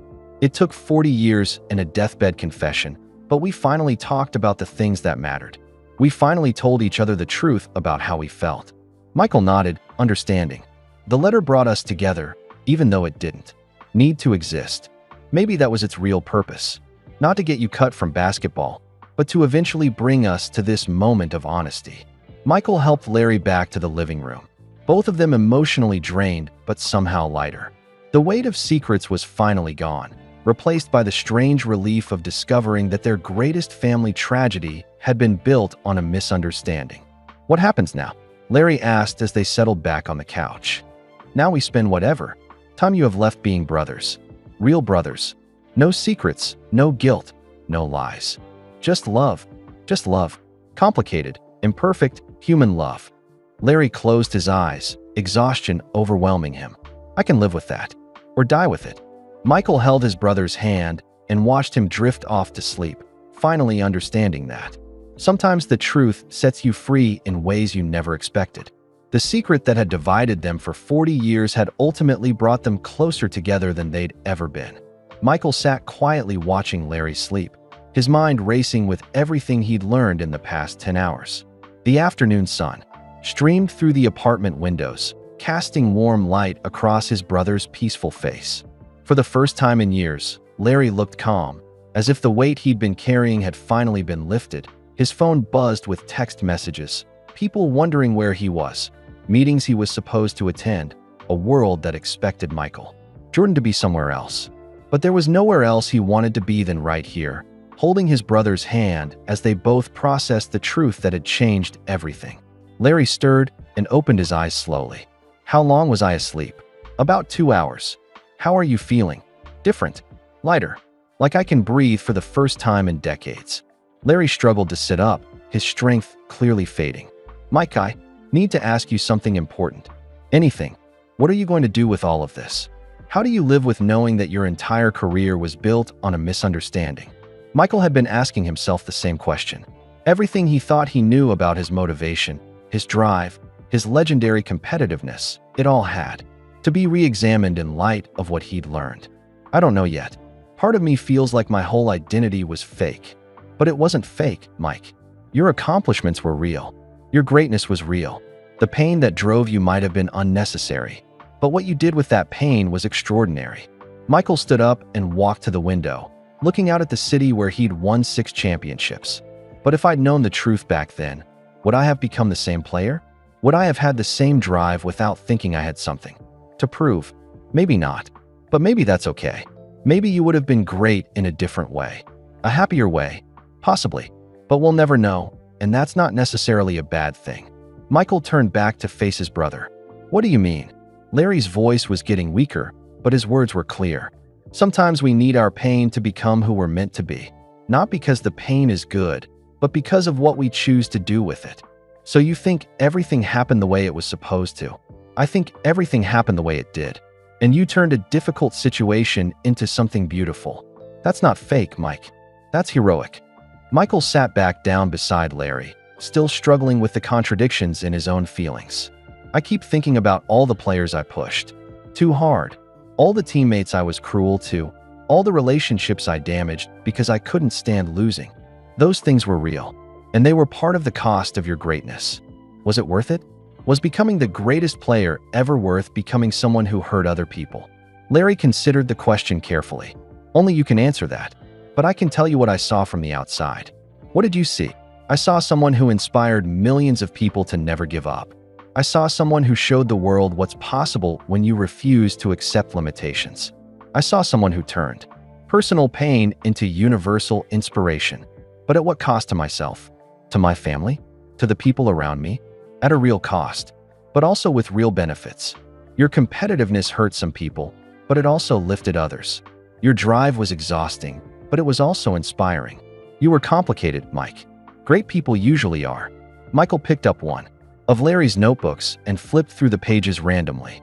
Entry after entry documenting his career, his achievements, his impact on the game. You really did document everything, didn't you? I had to. It was the only way I could live with what I thought I'd done.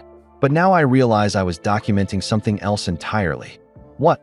I was documenting how someone can take any situation, even rejection, even pain, even injustice, and transform it into greatness. I was watching you prove that circumstances don't define us.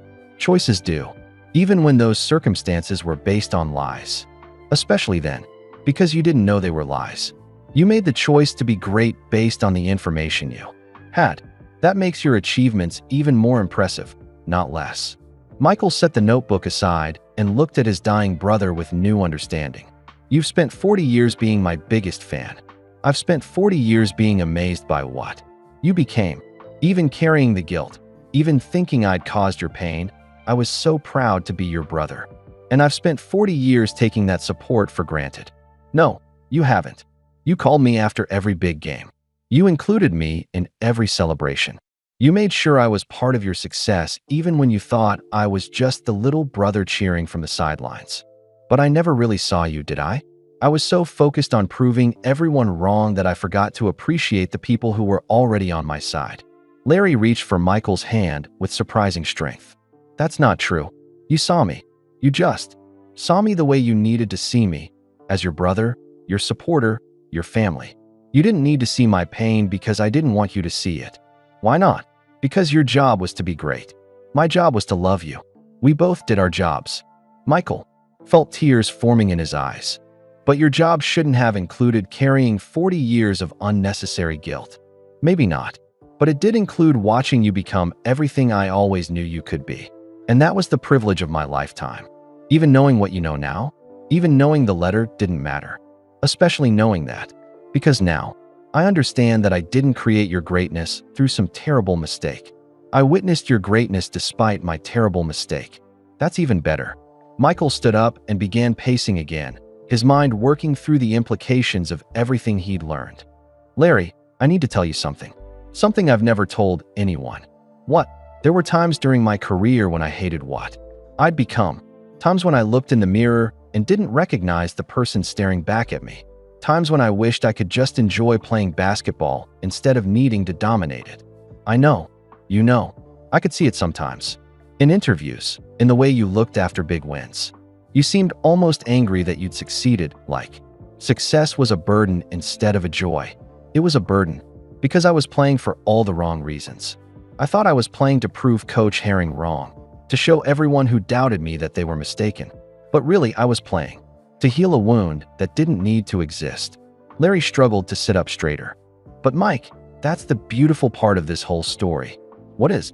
You were wounded unnecessarily, but you chose to let that wound make you stronger instead of bitter. You could have become angry, resentful, destructive. Instead, you became inspiring. By accident. No, by choice. Every day, every game, every practice, you chose to work harder instead of giving up. You chose excellence over mediocrity. You chose to be great even when greatness was painful. Michael stopped pacing and looked at his brother. So you think I should be proud of what I became? I think you should be amazed by what you became.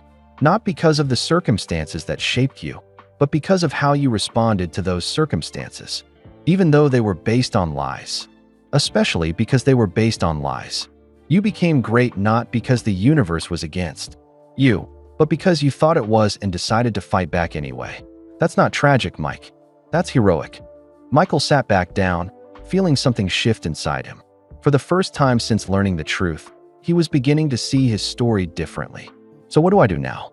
How do I move forward knowing what I know? You keep being great. But maybe now you can be great for better reasons. What do you mean? You spent 40 years trying to prove people wrong who were never really against you. Now you can spend whatever time you have left inspiring people who need to see what's possible. You think I can change? After all these years of being driven by the wrong motivations?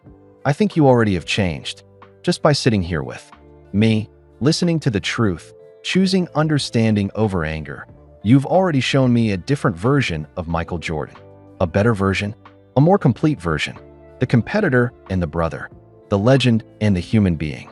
The person who became great and the person who can now teach others how to become great too. Michael looked around Larry's apartment one more time, taking in all the evidence of their shared history. The notebooks, the photos, the letters, the medical reports. All of it told the story of a family that had loved imperfectly but deeply. I want to ask you something, Larry. What? If you could go back and change what happened, would you? Larry was quiet for a long moment, considering the question that had haunted him for 40 years. If I could go back and erase my pain, yes. If I could go back and erase my guilt, yes. But if going back meant you never became the Michael Jordan the world knows, if it meant those millions of people who were inspired by your story never got to see what's possible when someone refuses to give up, what? Then no, I wouldn't change it. Because watching you become great has been worth every moment of pain I've carried, and knowing that your greatness inspired others makes all of it meaningful. Michael felt a profound shift in how he understood his own story. For 40 years, he'd seen his rejection as a tragedy that accidentally led to triumph. Now he was beginning to see it as something else entirely. Maybe the Real story isn't about rejection at all, he said quietly. What do you mean? Maybe the Real story is about love. About a brother who carried guilt he didn't need to carry. About a father who made an impossible choice. About a coach who sacrificed one player's happiness for 5 others' dreams. About a family that loved each other enough to keep difficult secrets. And about a player who turned all of that complicated love into something beautiful. Maybe. Or maybe it's about learning that our stories are never as simple as we think they are. That the pain that shapes us isn't always what we think it is. That the love that sustains us comes in forms we don't always recognize. Larry smiled weakly. That sounds like the Michael Jordan I've always known. Someone who can find meaning in any situation, even the difficult ones. I learned that from watching you, Larry. Watching you carry an impossible burden with grace for 40 years. Watching you love me even when you thought you'd hurt me. Watching you turn guilt into devotion. We both did the best we could with what we knew. And now we know better. And now we know better. The brothers sat together in the fading afternoon light, finally understanding that their story had never been about basketball or rejection or even secrets. It had always been about love, complicated, imperfect, human love that finds a way to survive even the deepest wounds. As evening approached, Larry's breathing became more labored. Michael could see his brother was fading, but there was a peace in his eyes that hadn't been there in years. They had spent the entire day excavating 40 years of buried truth, and now they were both exhausted but somehow lighter. Mike, I need to ask you something important, Larry said, his voice barely above a whisper. Anything. Can you forgive me? Not for the letter, we know now that didn't matter. But for 40 years of letting you carry pain that I thought I caused? For watching you struggle with demons that I believed I created? Michael looked at his dying brother and felt the last traces of anger dissolve completely. There's nothing to forgive anymore, Larry. We were both victims of the same misunderstanding. But I still wrote that letter. I still acted out of jealousy and pain. I still tried to hurt you, even if it didn't work the way I thought. You were 13 years old and mentally ill. You were a child in pain who made a mistake. Children make mistakes, Larry. That's what they do. Larry's eyes filled with tears. But it cost us so much time. So many years of carrying unnecessary guilt and anger. It also brought us to this moment. Would we be having this conversation if you hadn't called me at 2 a.m.? Would we be this honest with each other if we didn't have something big to work through? Maybe not. Then maybe the letter served its real purpose. Not to get me cut from basketball, but to eventually bring us to this place of truth. Michael helped Larry adjust his position on the couch, noticing how frail his brother had become. Even in the past few hours, time was running short, but for the first time all day, neither of them seemed afraid of that fact. I want to tell you something I've never told anyone, Michael said. What? Remember my Hall of Fame speech? When I talked about being cut from varsity and how it motivated me. Of course, the whole world remembers that speech. I lied during that speech. Not intentionally, but I got something important wrong. Larry looked confused. What do you mean? I said that getting cut made me who I am. But that wasn't true. What made me who I am was having people who loved me enough to watch me work through the pain. What made me who I am was having a brother who showed up to every game, who celebrated every victory, who believed in me even when he thought he was the reason I needed to prove myself. Mike, I'm serious. The rejection might have given me motivation, but you gave me something more important. You gave me unconditional love. Even carrying all that guilt, even thinking you'd hurt me, you never stopped being my biggest supporter. I was proud of you. No matter what I thought I'd done, I was always proud of you. And that pride, that love, that constant presence in my life, that's what really made me great. Not the anger from rejection, but the love from family. Michael stood up and walked to the bookshelf, picking up a photo of them from his college graduation. Look at this picture. Look at your face. Larry studied the photo. I look happy. You look proud. You look like someone watching his brother achieve his dreams. And I remember that day, Larry.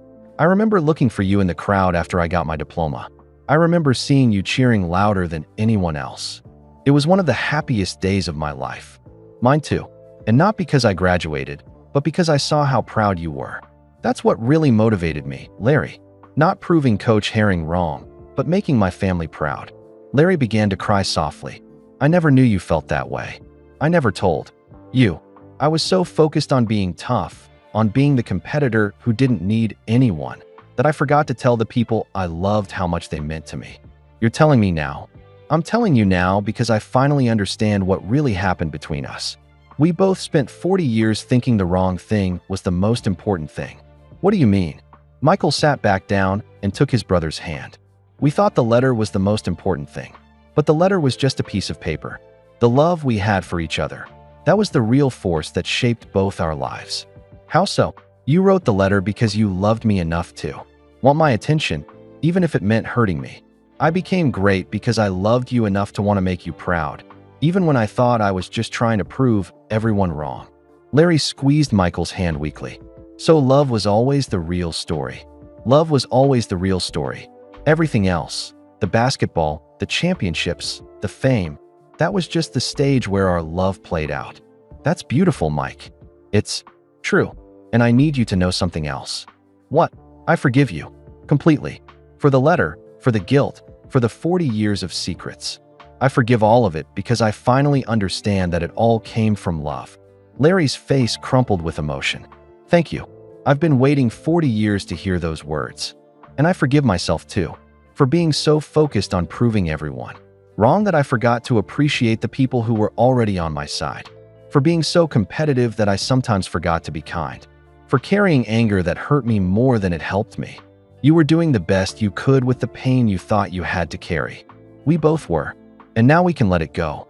Michael helped Larry lie down more comfortably on the couch, covering him with a soft blanket. His brother's breathing was getting shallower, but his expression was peaceful. Larry, I want to make you a promise. What kind of promise? I promise that I'm going to tell this story, not to hurt anyone or expose family secrets, but to help people understand that love is complicated, that families are complicated, that sometimes the people who hurt us most are the ones who love us most. You think people need to hear that? I think people need to know that forgiveness is possible, that understanding can come even after decades of pain, that it's never too late to see the love hiding inside the hurt. Larry smiled weakly. I'd like that. I'd like for something good to come from all this mess. Something good already has come from it. We found our way back to each other. After 40 years. Better late than never. They sat quietly as darkness fell over Chicago.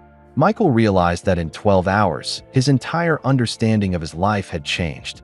The rejection that he thought defined him had been necessary for reasons he'd never imagined. The brother he thought had betrayed him had actually loved him more faithfully than anyone else in his life. Mike, yeah. Are you okay? Really okay? With all of this?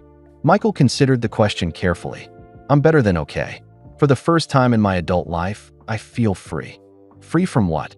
free from the need to prove everyone wrong, free from carrying anger that was never necessary, free from the burden of thinking my greatness came from pain instead of love.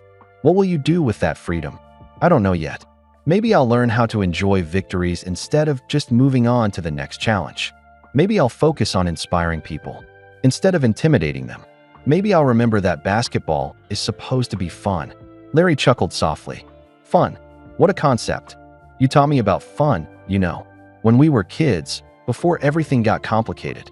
You reminded me that basketball was a game we played together, not a war I fought alone. I miss those days. Sometimes. Me too. But maybe we can have new days. Different days. Days where we're just brothers who love each other, without all the secrets and guilt and misunderstanding. I'd like that, even if it's only for a little while. Michael looked at his brother lying peacefully on the couch and realized that time was running out. But instead of feeling sad about the ending, he felt grateful for the beginning, the new beginning they'd found together in the space of one honest day. Larry, yeah, thank you. For what? For calling me at 2 a.m., for having the courage to tell me the truth, for loving me enough to carry that guilt for 40 years, for showing me that love looks like many different things, including the willingness to be honest when it's hard. Thank you for forgiving me, for understanding, for seeing the love in my mistake. Thank you for making the mistake in the first place, because it led us here, to this moment, to this conversation, to this understanding. Larry's eyes were closing now, exhaustion overwhelming him. I love you, Mike. I've always loved you. Even when I was hurting, even when I was guilty, even when I was scared, I never stopped loving you. I love you too, Larry. And now I know that love was always stronger than anything that tried to break it. As Larry drifted off to sleep, Michael sat beside him in the quiet apartment, surrounded by the evidence of their shared history. The notebooks, the letters, the photos, all of it told the story of two brothers who had loved each other imperfectly but completely. For the first time in 40 years, Michael Jordan felt at peace with his story. Not because it was perfect, but because it was true. Not because it was painless, but because it was meaningful. Not because it was simple, but because it was love. Michael stayed with Larry through the night, watching his brother's peaceful breathing and thinking about everything that had changed between them. As dawn broke over Chicago, painting the apartment, in soft golden light, Larry stirred one final time. Mike, are you still here? I'm not going anywhere. Larry smiled weakly. Good. I was afraid I'd dreamed our whole conversation. It was real. All of it. I feel different. Like I'm not carrying that heavy weight anymore. Michael helped Larry sit up slightly, adjusting his pillows. How are you feeling? Ready. For the first time in 40 years, I feel ready to let go. They sat in comfortable silence for a while, watching the city wake up outside the window. Michael thought about all the mornings he'd spent preparing for games, driven by the rejection he now knew had been inevitable. Today felt different. Peaceful, purposeful, free. Larry, I want you to know something. What? This has been the most important day of my life. Not my first championship, not my Hall of Fame induction, not any of the basketball stuff. This day? Today. Why? Because today I learned who I really am. Not the angry kid who got cut from varsity.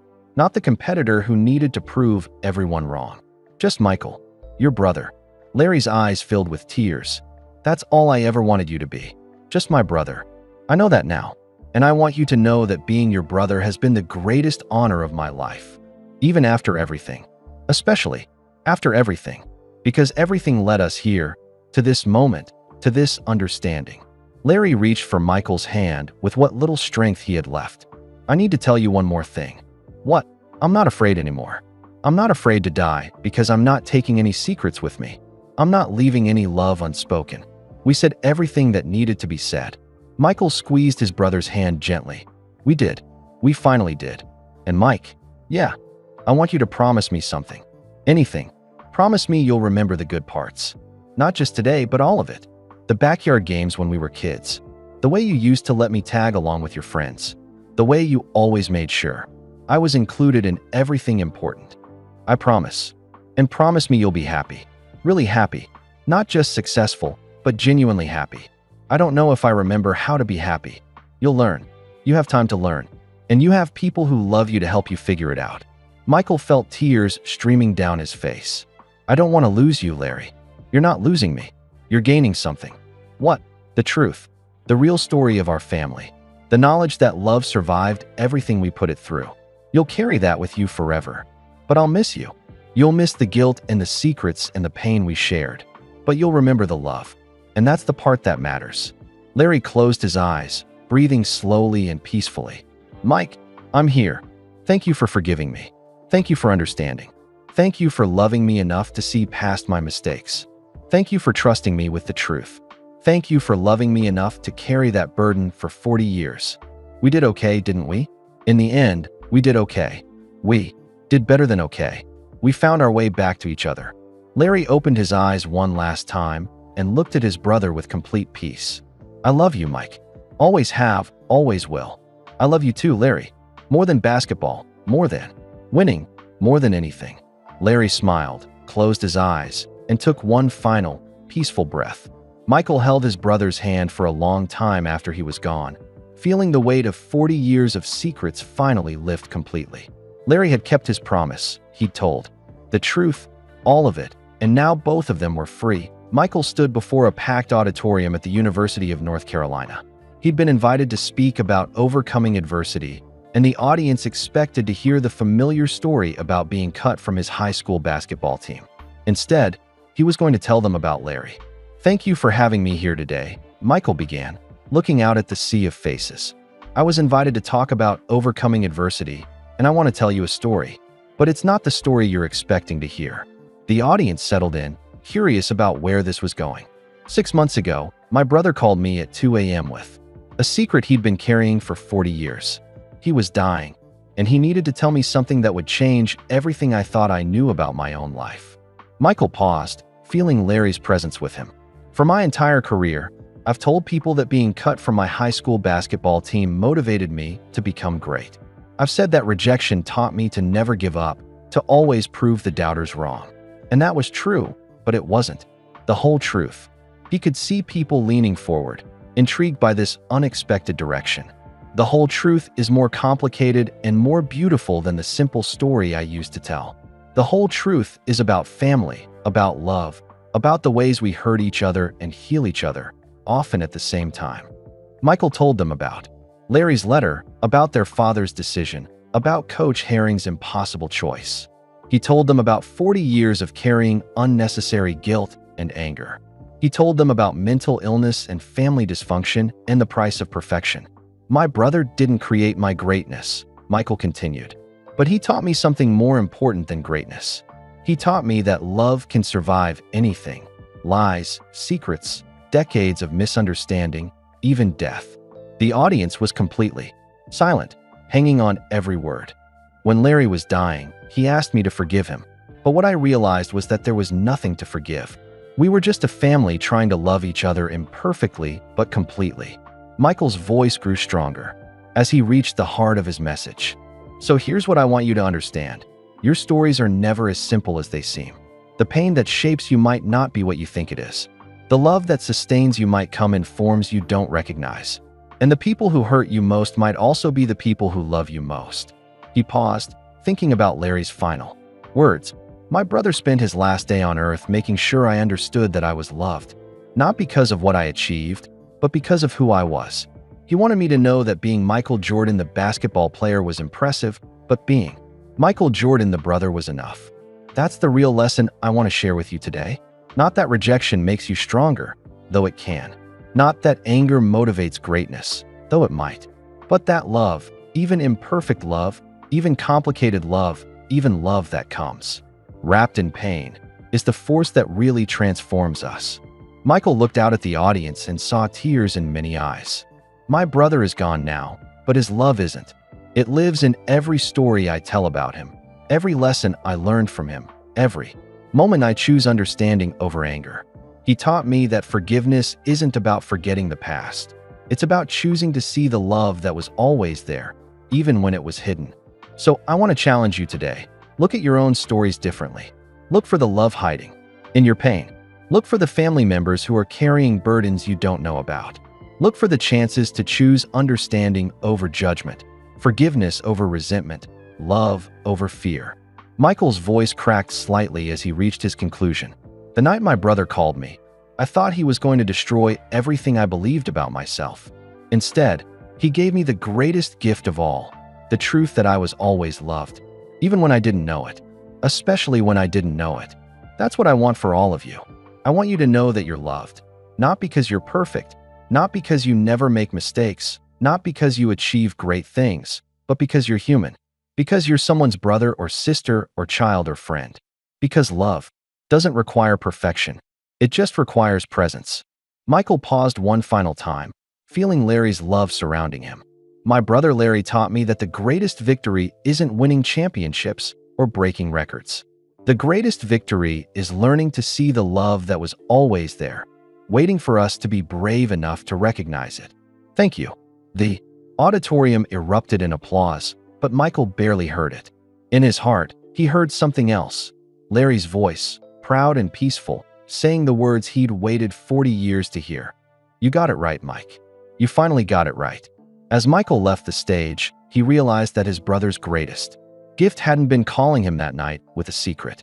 It had been teaching him that love, not basketball, was always the real game. And in that game, there were no losers, only people learning to play better. The story that had begun with a 2 a.m. phone call and a dying brother's confession had become something larger, a testament to the power of truth, the possibility of forgiveness, and the eternal strength of imperfect love. Larry was gone, but his legacy lived on in every person who heard their story and chose understanding over anger, love over fear, truth over comfortable lies. And Michael Jordan, the greatest basketball player who ever lived, had finally learned the most important lesson of all, that being great at basketball was nothing compared to being great at love. Michael and Larry's story shows us that love can survive even the deepest secrets. Sometimes the people who hurt us most are the ones who love us most. They just don't know how to show it. We all have family members carrying burdens we don't know about. We all have chances to choose understanding over anger, forgiveness over resentment. Where are you listening from today? Drop your location in the comments. I love connecting with listeners from around the world. If this story touched your heart, please hit that like button to help spread kindness. And don't forget to subscribe to our channel for more amazing true stories that remind us what really matters in life. Speaking of incredible stories, click on the video appearing on your screen right now. You won't believe what happens next in this unbelievable tale of family, forgiveness, and the power of love. Thank you for listening, and remember, it's never too late to tell someone you love them.